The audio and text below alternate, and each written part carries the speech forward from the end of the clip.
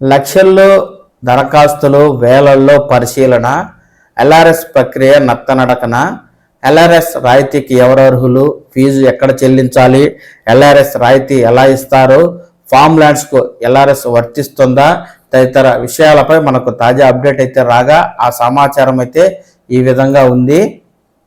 LRS ప్రక్రియ ప్రభుత్వం ఆశించిన లక్ష్యం చేరడం లేదు. ప్రజల కష్టాలు తీరుతాయని భావించిన ఎల్ఆర్ఎస్కు చెల్లింపుల పథకాన్ని సాఫ్ట్వేర్ కష్టాలు వెంటాడుతూ ఉన్నాయి. అకస్మాత్తుగా డేటా మాయం కావడం, కొంత సమయం తర్వాత మళ్ళీ ప్రత్యక్షం కావడం లాంటి పరిస్థితులు కనిపిస్తూ ఉన్నాయి. ఈ సాంకేతిక ఇబ్బందుల వల్ల ప్రక్రియ వేగం ముందుకు వెళ్లడం లేదు. ఎల్ఆర్ఎస్ దరఖాస్తులకు సంబంధించి సెంటర్ ఫర్ గుడ్ గవర్నెన్స్ సాఫ్ట్వేర్ను అందిస్తుండగా ప్రస్తుతం ఈ లోపాలను సరిదిద్దేందుకు యంత్రాంగం శ్రీకారం చుట్టింది. 1-2 రోజుల్లో పూర్తిగా సమస్యలను పరిష్కరిస్తామని చెబుతూ హెచ్ఎండిఏలోని 6 జోన్లలో 3.2 లక్షల వరకు ఎల్ఆర్ఎస్ దరఖాస్తులు పెండింగ్లో ఉన్నాయని, వీటిలో కేవలం 10,000 దరఖాస్తులు మాత్రమే పరిశీలించి ఫీజు చెల్లింపు నోటీసులు ఇచ్చారని, ఎల్ఆర్ఎస్ దరఖాస్తుల పరిశీలన పరిష్కారం కోసం 67 మంది సిబ్బందిని కూడా రెవెన్యూ శాఖ రంగంలోకి దించిందని, క్షేత్రస్థాయి పరిశీలన, ఇరిగేషన్ నుంచి ఎన్ఓసి జారీ ప్రక్రియ, రెవెన్యూలో వేగం పెంచాలని దరఖాస్తుదారులు కోరుతూ ఉండగా, మాస్టర్ ప్లాన్లో తప్పుల కారణంగా చాలా దరఖాస్తులు పెండింగ్లో ఉన్నాయని వారు వాపోతున్నారు. ఎలాంటి వివాదాలు లేని ప్లాట్లకు ఫీజులు చెల్లించాలని దరఖాస్తుదారులకు రెవెన్యూ శాఖ నుంచి సమాచారం అందుతోంది. చాలా మంది ఆన్లైన్లోనే ఫీజులు చెల్లిస్తున్నారు. మార్చి 1వ తేదీ లోపు ఫీజులు చెల్లించిన వారికి ప్రభుత్వం 25% రాయితీ వస్తుండడంతో చాలా మంది ముందుకొచ్చారు. శివార్లలో మార్కెట్ ధర తక్కువగా ఉన్న ప్రాంతంలో 280 చదరపు గజాల ప్లాట్లు ఉన్న వ్యక్తికి మొత్తం ఎల్ఆర్ఎస్ ఫీజు 19,197 రూపాయలు కాగా, అందులో 6,535 రూపాయల రాయితీ కింద హెచ్ఎండిఏ ప్రకటించింది.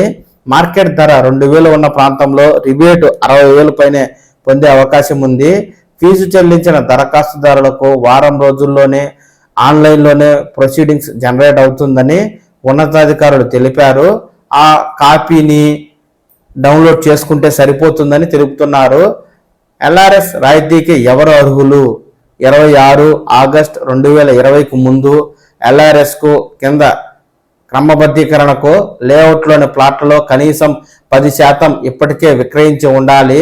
అలాంటి లేఅవుట్లో ఇప్పటికే 1,000 రూపాయల రుసుము చెల్లించి దరఖాస్తు చేసుకున్న వారు, ఇప్పటి వరకు ఎల్ఆర్ఎస్ కోసం దరఖాస్తు చేసుకోని వారు సైతం క్రమబద్ధీకరణ చేసుకోవచ్చు. ఎల్ఆర్ఎస్ రాయితీ ఎలా ఇస్తారంటే, ఎల్ఆర్ఎస్ కింద 31/3/2025 లోపు అంతకు ముందు ఫీజు చెల్లించిన వారు క్రమబద్ధీకరణ ఫీజు ఓపెన్ స్పేస్ ఛార్జీల్లో 25% రాయితీ ఇస్తారు. ఇప్పటికే కొంతమంది రుసుము చెల్లించిన వారు సైతం పెండింగ్లో మొత్తం రాయితీ మినహాయించుకుని మిగతా సొమ్ము చెల్లించే అవకాశాన్ని కల్పించారు. ఫామ్ ల్యాండ్కు వర్తిస్తుందా?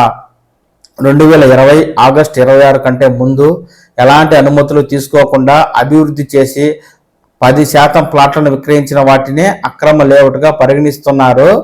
డ్రైనేజీ, కరెంటు స్తంభాలు, కంకర, బీటీ రోడ్లు లాంటి మౌలిక వసతులు తప్పనిసరి. ఇలాంటి లేఅవుట్లో ప్లాట్లకు మాత్రమే అవకాశం ఉంది. మాస్టర్ ప్లాన్లో తప్పుల పరిస్థితి ఏమిటి?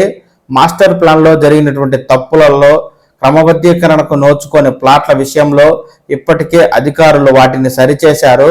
ఇంకా ఎక్కడైనా ఉంటే ఆ వివరాలతో అధికారులను సంప్రదిస్తే వాటిపై చర్యలను చేపడతారు.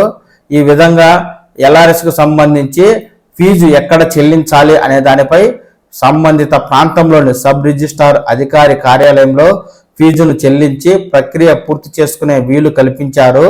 ఇలాంటి ప్లాట్లకు సంబంధించిన వివరాలను సబ్ రిజిస్ట్రార్ నిర్దేశిత ఫార్మాట్లో సేకరించి ప్రాసెసింగ్ కోసం ఎల్ఆర్ఎస్ పోర్టల్కు పంపనున్నారు. రిజిస్ట్రేషన్ చేసే ముందు సంబంధిత లేఅవుట్ లేదా అందులో ప్లాట్ల చెరువు, FTL, full tank level, buffer జోన్లతో పాటు నిషేధిత జాబితా, ఇతర ఎలాంటి వివాదం లేవని నీటిపారుదల శాఖ, రెవెన్యూ, హెచ్ఎండిఏ అధికారులు నిరభ్యంతర పత్రం ఎన్ఓసి ఇవ్వాలి. దీన్నే లెవెల్ 1 అనుమతి కింద భావించి అనుమతులైతే ఇస్తారు.